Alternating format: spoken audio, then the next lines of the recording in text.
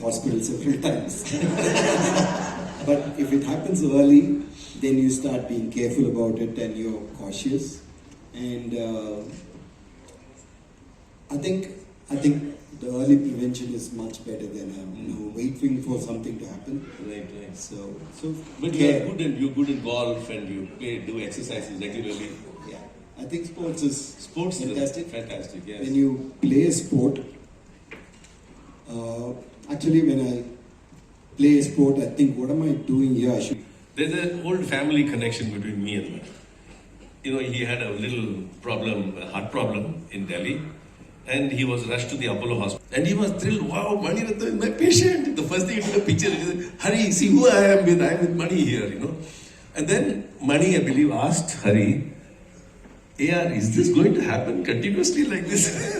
What is this heart problem, So Mani, my brother replied to him, Dekho, Banao, itna din we need to interrogate, how is this Malayalam cinema so different from Kannada cinema, Although we speak the same film language, in terms of short.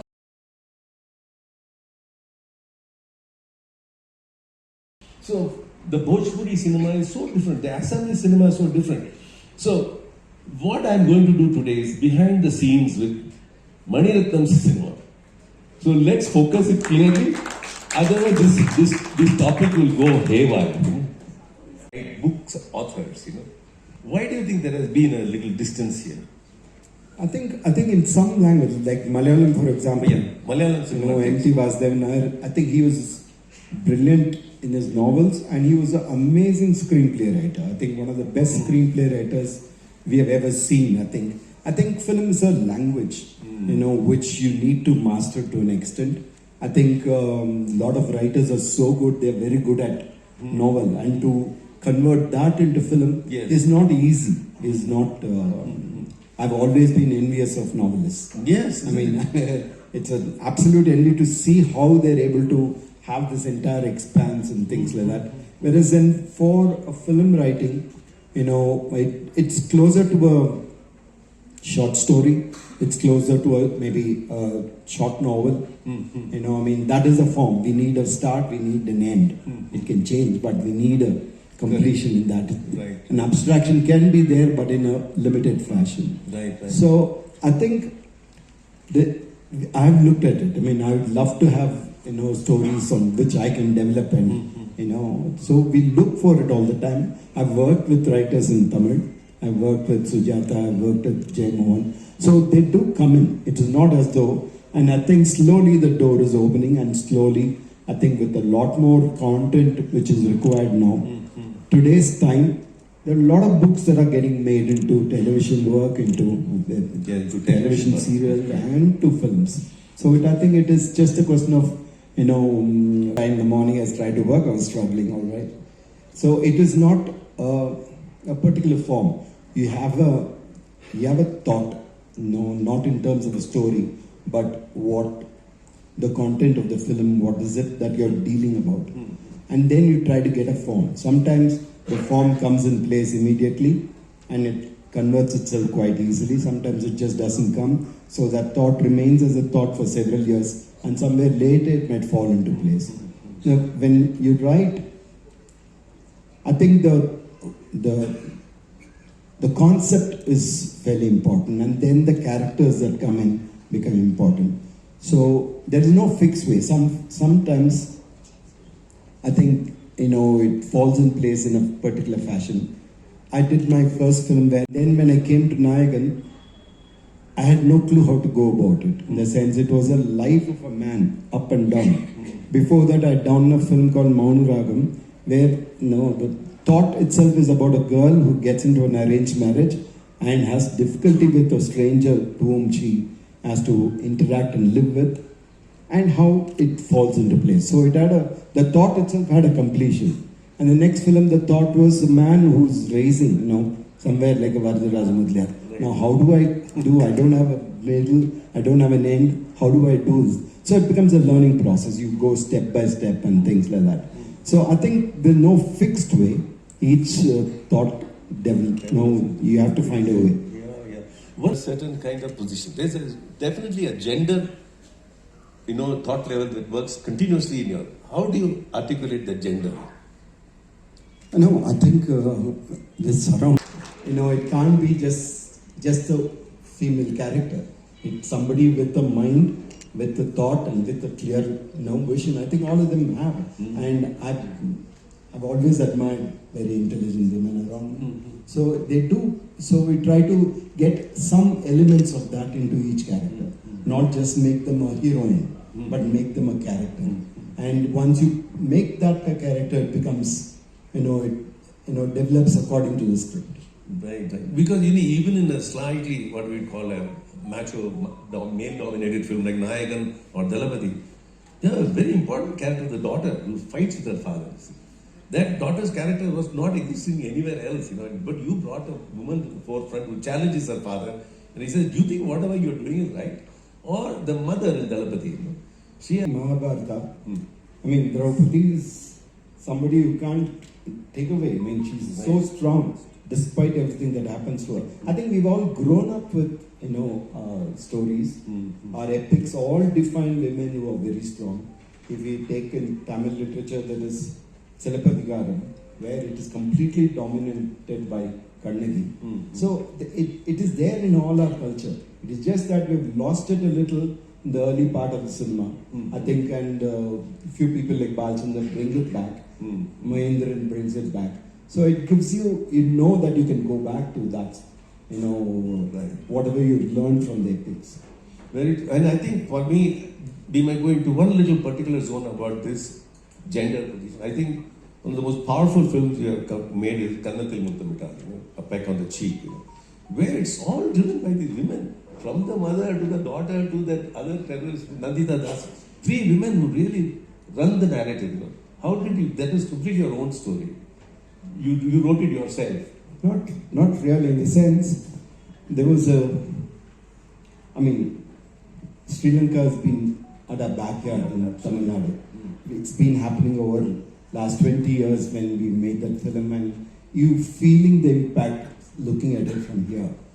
And then I came across an article in Time magazine which talked about a child who was adopted from Philippines or something like that, and who wanted to see the biological mother. The journey of that child was the article that was there. And so what has been dominant in my mind of this world of Sri Lanka and how we look at it, and from the outsider's perspective, not the insider's perspective, then fell into place once I had this article came into place. Then I could flesh it out. So it comes out of something out of real life, not really completely fictional. Most of the stories comes out of something that has happened. Yeah. There was a case that happened. There was an engineer from Tamil Nadu who had gone to Kashmir and he was captured. And there was one, article the wife of that engineer had written, which was published in the papers, and where she was appealing directly to the terrorist, saying that my husband is a good man. He's done no harm. So, it's an emotional letter published, which is an appeal for, compassion. For compassion. That is Roja. It's just that letter which we have developed and brought it out. It's not really Stockholm syndrome that automatically comes into place, but it comes out of this woman who's fighting for her husband. Which almost becomes Satyavan Savitri. Satyavan Savitri story. Very true. Somehow condensed it into 2 parts.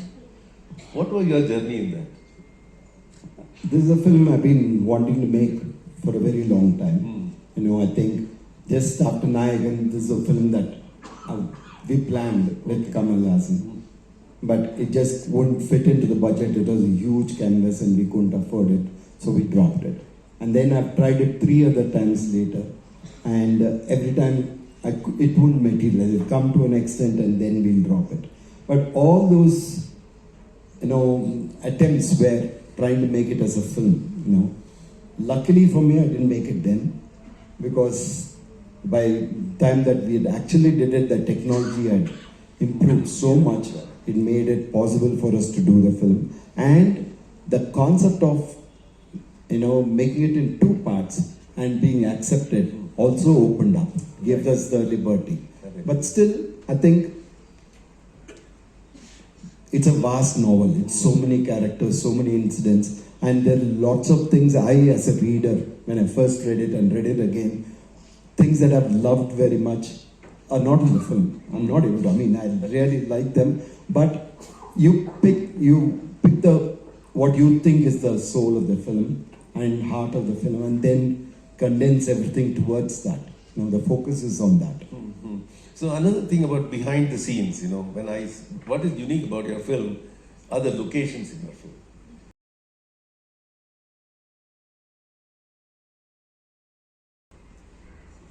Even yesterday, there was a friend whom I met last evening who asked me a question, very difficult question. She's saying that why have you shown in your film, a brothel in a very colorful manner? Mm-hmm.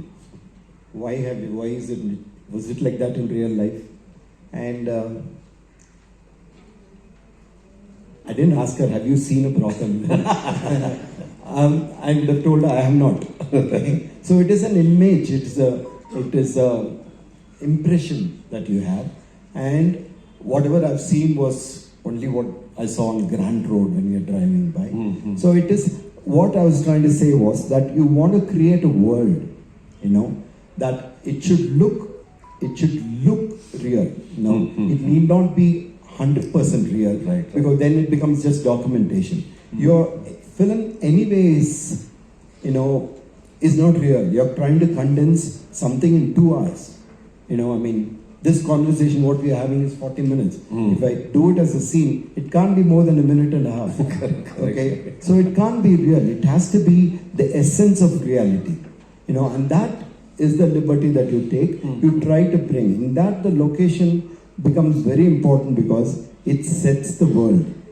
It sets the background into which this drama that you're creating, these characters who are living, is coming through.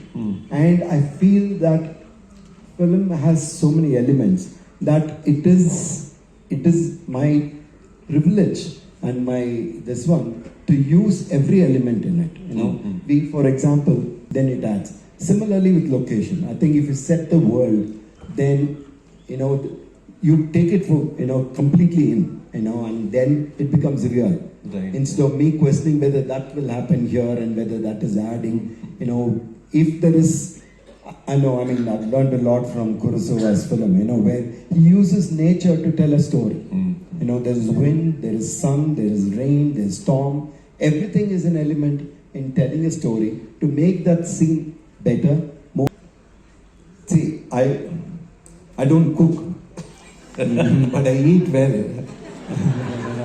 So you just need the taste for it. And sometimes it's a benefit if, my memory is bad, my musical memory is very bad. So if a tune sticks to me, then it must be really good. So use it to your advantage. And more than anything, the film that you're making and the mood that situation requires kind of helps you in choosing the kind of tune. So you have, when a composer is composing, that's the most difficult part. With somebody as a genius like Ilayaraja, and he sits on his harmonium and you've told him the situation, music just pours out, and you have to quickly decide whether this will work for you or not. And if it doesn't, it's just that much. It's say 1 minute he's composing, and 20 seconds you have to decide, and you have to come up with something else. Tell him, push him in a different direction. Otherwise, he will say, what is this? He'll go to another one. So it is, you have to see whether how you'll picture it, whether it'll fall into place, whether it'll be the mood, whether it'll be the tempo that you want, and then go that. Masters, they've really been masters. When I did the first thing, I had no clue how to shoot a song. I had to study a few, somebody like Gurdat and Vijay Anand and Raj Kapoor's and, they're Shantaram. Yeah. They were all masters at it. It just, even now I think the standard they've set is fantastic. Very high standard. Very high standard. So that is the standard. You have to learn from that. And after that, when you get a song in your film, song is like a film within a film. You know, it's a pause, and it either helps you to take the story from one point to another, or it helps you to elevate an emotion to the height, whether it is it's uplifting or whether it is Pushing it down. yeah, pushing it down and getting the mood of that thing. Either way, it helps you emotionally. You tell a story and you think that you're telling it in a fashion which will reach to people. No, I mean, I'm in the mainstream cinema, right? So I try to tell stories which I really want to say and still wanted to reach people. So you try to do that. And when some films become very big, you accept it. So if some films don't do well, you also have to accept it. I mean, the same thing. Yes. So I think you accept there'll be ups and downs, there'll be a little more and a little long, and you try to learn from it, that's all. I think if film doesn't do well, you try to figure out within yourself what went wrong. Yeah, what was not, communicated correctly. Right. See, it's a kind. No, I think you have to be aware that this is a business, okay? That somebody wants you to make a film because they like your film, but the fact remains he wants you to do it so that he's not affected by it. He doesn't lose money on it. So it's a high investment, and it's like a startup. Every time it's like a startup. So it has to be viable. Either it has to be efficiently made so the cost is under control. So the way I look at it is when I'm trying to be away slightly from mainstream, I try to do it in a really short budget, shoestring budget. And when I think it's a little more accessible, then I'm able to spend a little more on the film. So you try to balance it. Not that it'll work, but at least the damage will be minimal. Minimized, right. I'm waiting for Hariharan to do the impact. I'll follow you, Hari. I know, we should do that. We should be able to put our films and say, this is our song, this is the way we do a picture, and you better understand it like this, And somehow there is a big blockade, in their minds that what is this song doing in the middle? What is this dubbing doing in the middle? What is this kind of extra action? Somehow they are not able to deal with melodrama. And the second part was the controversy about the Saivite and Sanatana Dharma accidental or by design? Okay, let me answer the first part of it. I think cinema is magical. I think you watch it on a big screen, it's a big dream, it's this one, and you go in and it's a collective experience. You go in with a group of people and watch, 10th century episode. If I do it on OTT, you have a remote in the hand and you pause it, you break the rhythm, it's a different thing. I mean, it's a different form altogether, it's a new form. But I'm slightly old school. I like the big screen, I like the movies, I like larger than life images. So to me, I think Ponniyin Selvan to me is so precious for us as a novel, as the most entertaining, most, fantastic novel Tamil made. I think it is deserved a big screen more than just a small screen. That is the first part. Second one, this Saivite thing, had nothing to do with it. Absolutely nothing to do with it. No, I was surprised when that thing even came up. I didn't think that it was an issue, and we thought we had done correctly. But why make an issue? The thing is, sometimes when it comes to cinema, they become very critical or they become very finicky. In real life, as I imagine, a prince, somebody, is not going to go around every day with a particular fashion. When he's going to war, he's going to be different. His signature is going to be different. When he's going to temple, it's going to be different. When he's on a casual way, it's going. So that is the way we treat it. Whereas, the finicky people want everything to be, stamped on the forehead. Like stereotypes. Yeah. But you see, The Big Shop, a shop where your shopping never ends. ராகம் TV YouTube பக்கத்தை subscribe செய்யுங்கள்.